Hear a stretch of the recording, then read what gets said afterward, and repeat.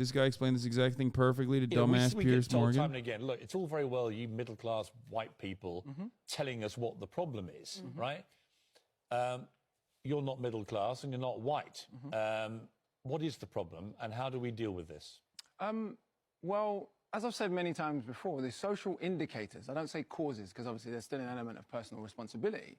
The social indicators for violent crime among young working class street gangs have remained consistent for 200 years. Relative poverty, masculinity, exposure to domestic violence, lack of education. So the solutions are fairly obvious in many ways. Glasgow, which was once dubbed the most violent city in Turbo Killer, Silbon, thank you for the 10 get the subs. Turbo Killer, thank you for the 5 get the subs. Beachosaurus Rex, thank you for the 5 get the subs. Europe, still has a higher murder rate than London. But when we look at serious youth violence, which is my preferred term, if journalists want to be taken more seriously, they should use the term serious youth violence because knife crime has become a sort of racial buzzword at the moment. Glasgow has seen a dramatic reduction in serious youth violence to the point that none of the murders of teenagers that occurred in 2017 occurred in Scotland. What approaches did they take in Glasgow? They took a public health approach, they took an interagency approach, they took an approach that saw violence in a holistic way. They saw the link between domestic violence and violence in the street. They saw the link between violence in society in general and violence in the street.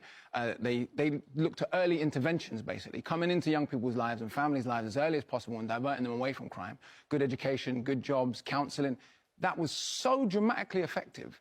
So the fact that there's all this hand-wringing and suggestion that an entirely different set of policies should be suggested for London, maybe Birmingham and Manchester. So let me put this to you. Yeah. So it's very interesting, your view of this. And what I would say to you is this. Statistically, it looks like in London... Yeah. Only on this fucking planet in a country like the UK or in a country like the United States, which have very similar qualities, do you have someone who is openly talking about empirical evidence and offering advice and using examples that have been successful and still getting met with like frustrated replies. It's just like, it's not a viewpoint, it's not an opinion, it's just the truth. And this isn't news to us. Like, crime's relationship with socioeconomic conditions or material conditions has been around since ancient fucking Greece. There has never been like there has never been a more clear result. You know, surely there are other factors that you must consider. Absolutely. Like if you want to talk about mass shootings, yeah, guns are going to be a thing that you need to cover, right? But here, there's knife crime, right? Violent crimes happening in the UK. But it's always the same exact solution. And yet people refuse to recognize it. It's poverty. Yeah. Right now, this is predominantly a problem of young black teenage boys who are members almost exclusively of gangs attacking each other. So that the perpetrators and the victims appear to be almost exclusively young black men. Do you think there is a racial element to that in terms of any cultural issues, racial issues? Or do you think it's the same? That's crazy. Piers is like, bro, come on, say some racist shit to me, please. Come on, black man, say some racist ass shit, please. That confirms my suspicions, you know? Where they were white, but actually the race part of this is something that we might look at the statistics and think it's a black problem when it's not. Okay, so there are several regions of the country, let's just look at the facts, that have higher murder rates than London does. Clearly, throughout human history, black people have not had anything remotely resembling a monopoly on violence. Over the last few years, some of the most horrendous knife attacks, both the victims and the perpetrators have been white and they've not been from London. Wait, there's got to be a wait, I want to see more. I want to see more. I want to see the second part of this. Please, the full vid. Okay. Rapper we get told time and again, look, it's all very well you middle class, exclusively young black men, to use this. Statistically, black teenage boys who are members almost exclusively of gangs attacking each other. So that the perpetrators and the victims appear to be almost exclusively young black men. Do you think there is a racial element to that in terms of any cultural issues, racial issues? Or do you think it's the same problem they had in Glasgow, where they were white, but actually the race part of this is something that we might look at the statistics and think it's a black problem when it's not? Okay, so there are several regions of the country, let's just look at the facts, that have higher murder rates than London does. Clearly, throughout human history, black people have not had anything remotely resembling a monopoly on violence. Over the last few years, some of the most horrendous knife attacks, both the victims and the perpetrators, have been white. The person I'm betting is probably a fucking a foot soldier. H3 users love memeing and saying, talk about the allegations. That's the way that they like troll, but not in a bad way. Okay, that's why I'm banning them. Okay. And they've not been from London. Like their first message in the chat literally was talk about the allegations. This is what the H3 people say as a including joke. A 13-year-old girl stabbed to death in Southampton, a 16-year-old stabbed to death in Dinnington, a 7-year-old girl stabbed to death in York, a 5-year-old stabbed to death by its own mother in Oxfordshire. When both the perpetrator and the victims are white, race suddenly becomes unimportant. There is one limited sense in which race may be important. You could argue that only a very particular demographic of young black boys, only at a very particular stage in their lives, feel a degree of psychological self-hatred or contempt for themselves that they project onto other people who most remind them of themselves. However, the black-on-black violence paradigm, so-called, is never used in that way as a kind of psychological self-hatred model. It's used to give the public essentially the ridiculous impression that black school teachers, black doctors, black lawyers, black Premier League footballers, my grandmother, David Adjaye, Oswald Boateng, are all sort of an equal risk of violent crime. And actually, well, it reminds me a little bit. I mean, it's different, but it's interwoven slightly into what happened in New Zealand, where you have this white supremacist committing an act of horror. Had he been an ISIS terrorist, the immediate reaction from many people would have been, this is a Muslim problem. Because he's a white supremacist, I've not heard people say, this is a white person problem. Well, precisely. We have... It's funny because, like, this is what Piers Morgan does well. He didn't say anything wrong. He didn't say anything wrong. He didn't say anything wrong. You guys need to understand, this is always how Piers Morgan operates, okay? He's very good at, like, bringing up super fucking reactionary talking points without assuming them in many instances, and always maintaining the illusion that he's like somewhat center right when he's like literally fucking far right. He's agreeing with him. He's saying like, we don't see this as like a widespread white person problem. We see this as like extremist ideology. He's right. He's right about that. He is correct. I have enough trouble getting what I'm going to call the racial virtue signaling right-wing press to call white supremacist terrorists by their proper name, let alone to force all white people to explain the bad actions of all other white people. For example, you will never be called upon to explain that not all middle-aged white men are pedophiles, despite the fact that hundreds, maybe thousands of them are convicted of sex offenses. I love that line. Oh, this guy's fucking awesome. Because it's self-evident that not all middle-aged white men are pedophiles. I think it's a completely valid point. I do. Let's look at it in the other sense. Where young black boys overachieve, is race offered as an explanatory factor? For example, British, Ghanaian and Nigerian boys on free school meals, so the poorest sector, academically outperform and are more likely to go to university than similarly poor white, mixed race and black English kids whose grandparents came from the Caribbean. The 4 youngest children in Britain to ever take GCSEs are all black. Romari Wilfred, a young black boy from East London, has a higher IQ than Einstein. Young black men are more disproportionately represented in professional football than any other area of British life, with all of the consequences and implications that has for their contribution to the tax base, etc. So it's almost as if a black person does something negative, the entire so-called black community is to blame. Black person does something positive and they suddenly regain their humanity and their right to be viewed as an individual. What I'm saying is I'm not just talking about what I read in sociology books, I'm talking about what I saw in my real life. But here's a tough question for you. Last point about London, sorry. In the last 2 years, it's still important to remember that the overwhelming majority of murders have not been committed by teenage black boys. So for example, in 2017, there were 117 or 16 murders, 21 of which were of teenage black boys. In 2018, there were 134. 24 were of teenagers in general. So it's also important to keep that. So the stats can be twisted any way you like. Precisely. However, let me throw this back at you. Notwithstanding all that, and I think it's fascinating what you've been saying. Notwithstanding all that, there is no doubt that right now the knife crime element of murder in London is predominantly young black teenage boys. And so my question for you is there any racial or cultural element? Bro, dude, he's like, come on, I agree with you. Now agree with me about the racist shit. Come on, please. Please tell me it's like blackness playing a role here. Come on, dog. Come on. I know you just answered it by saying it is actually a consequence of the material conditions. Is there an additional psychological component within black communities that have suffered so much as a consequence of, like, you know, white supremacist state violence?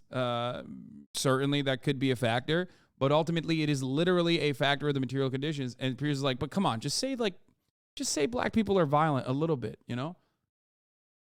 Like, come on, just say, I agree with you, but like, say that like you have a violent culture. Don't say black people are like racially inferior, but like at least say it's like they have a racial cultural difference. You know, come on. To what is going on relating to knife crime in young black teenage boys. Listen to what you've just said. When you think that blackness is the most important thing to emphasize about these young men, almost half of the young people in prison in Britain, regardless of ethnicity, were in care as children. Almost half of young people in prison in Britain were expelled from school as children. When we offer blackness as an explanatory factor, as if we don't need to know anything else. Is it irrelevant though, Carla? No. Is it irrelevant? As I said at the top of the programme, or a couple of minutes ago, in the one limited sense in which it may be relevant, i.e. the idea of a kind of particular psychological self-hatred. Look, blackness is of course relevant, dude. Of course. But not in the way that Piers Morgan thinks it is. Okay? Yes.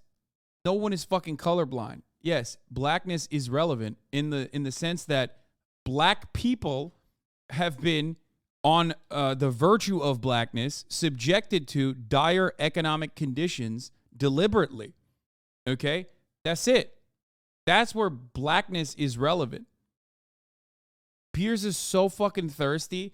It's funny because like British people are so like politely racist, you know? In America, you got yee ass motherfuckers would be like, come on, just say the N-word. Just say he is black and therefore he doing crime. But like when you listen to British people, they're like, okay, well, it's dastardly to say such a thing. But also, would you please be kind enough to tell me if you think blackness would be relevant in this conversation in a meaningful capacity? It's like, what the fuck are you doing? Like, what do you mean? What the fuck's going on here? Come on now.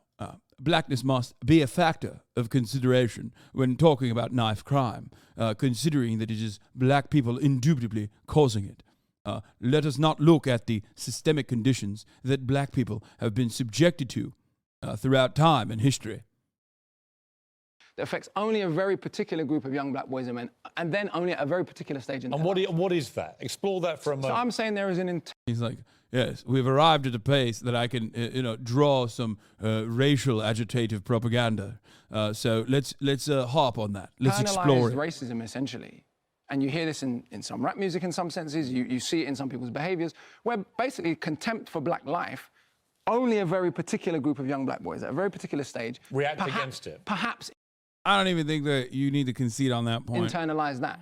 But we never use it in that way because that would mean a wider dialogue about contempt for black life in general. Young parents in Ghana, which happens to be one of the most peaceful countries in the world, despite being one of the most poorest, are not worried about their kids getting stabbed to death on the way to school. No. So clearly this is something specific, if we're talking about that psychological self-hatred element, to Britain and the United States and other places. Carla, can I ask, because it was the particular point that... A collar on knife crime. On a knife edge? A collar on knife crime. A 35-year-old author says knife crime can't be explained by race. Now, he's saying it could, potentially. That's right.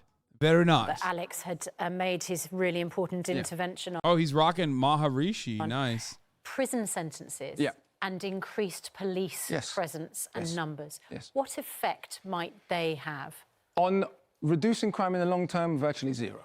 A good friend of mine, Dr. Baz Dreisinger, did a study all around the world where she looked at prison systems and incarceration all around the world. She found not one country in which tougher sentences in and of themselves did anything to reduce crime. In fact, in many ways, we can just look across the water to the United States. They may make it worse for reasons that are entirely obvious. We already have the largest prison population in the whole of Western Europe. I guess we don't hear this side of the coin enough. And it's very easy for us to sit here, look at a bunch of statistics and think that's the problem. Well, I think there's a number of reasons for that. I myself was the beneficiary of a Pan-African Saturday school tradition. So in post-war Britain, there were a whole tradition of essentially black Saturday schools, black-on-black education, if you will. And I was a beneficiary of that. Voices from that community and from that tradition have very rarely been heard. But coming back to the point you were making about sentencing, let's remember we've got a couple of centuries of this type of violent youth crime in predominantly white communities in Britain. What has led to reductions and solutions? At the turn of the 20th century in Manchester, it was intervention by church groups, it was intervention by community groups, it was ameliorative approaches, essentially.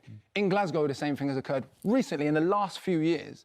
Yet we're being suggested the exact opposite policies that have been effective in British history and white communities, both at the turn of the 20th century in Manchester and recently in Glasgow. We should pursue exact opposite policies in London. What would you say to a young black teenage boy in London right now who might be wandering around carrying a knife for self-protective reasons, whatever the reason may be, very specifically?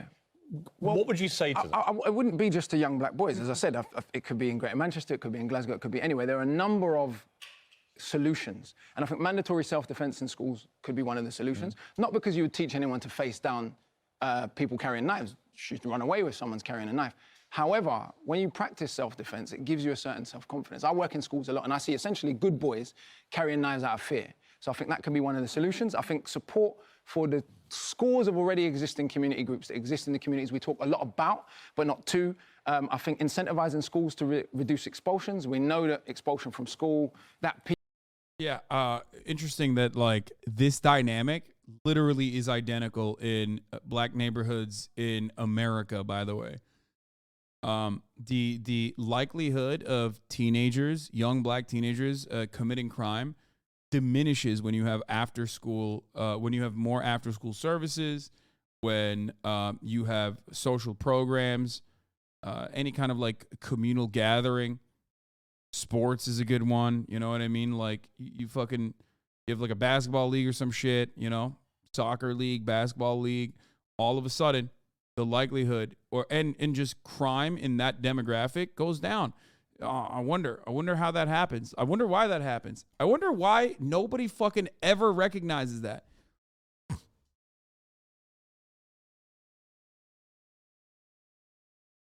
PRU trajectory is basically the beginning of the former head. The exclusion then leads the former head of the prison service, Martin Neri, said when the 13,000 kids we expel from school, we may as well give them the prison. I wish he was active on Twitter. You should get him on the broadcast. I found out that he was following me already. I followed him back. I sent him a DM while this was going on. I'm not saying it's that simple. However, we could incentivize schools to reduce expulsions, looking at what the cost of the average expelled child cost the British taxpayer and spending that money to keep people in school. So there's a whole load of potential solutions beyond just saying to young people, hey. Don't be racist, dude. Come on. Don't make that joke. Basketball, come on, bro. They're really funny, dude. Yeah. Put down your knives. Or we'll send you to prison. Carla, we could talk to you a lot more about this. It's fascinating. After school activity, busing is essential too, so they can actually do the after school things. Yeah. Yeah, I mean, this is always an issue. This is always a fucking gigantic issue. Like walkability in cities. Something as random as like walkability in cities would have a tendency to reduce crime. Is like all of a sudden, if you have some social safety nets, you can actually access said social safety nets when you have public transport. It's crazy.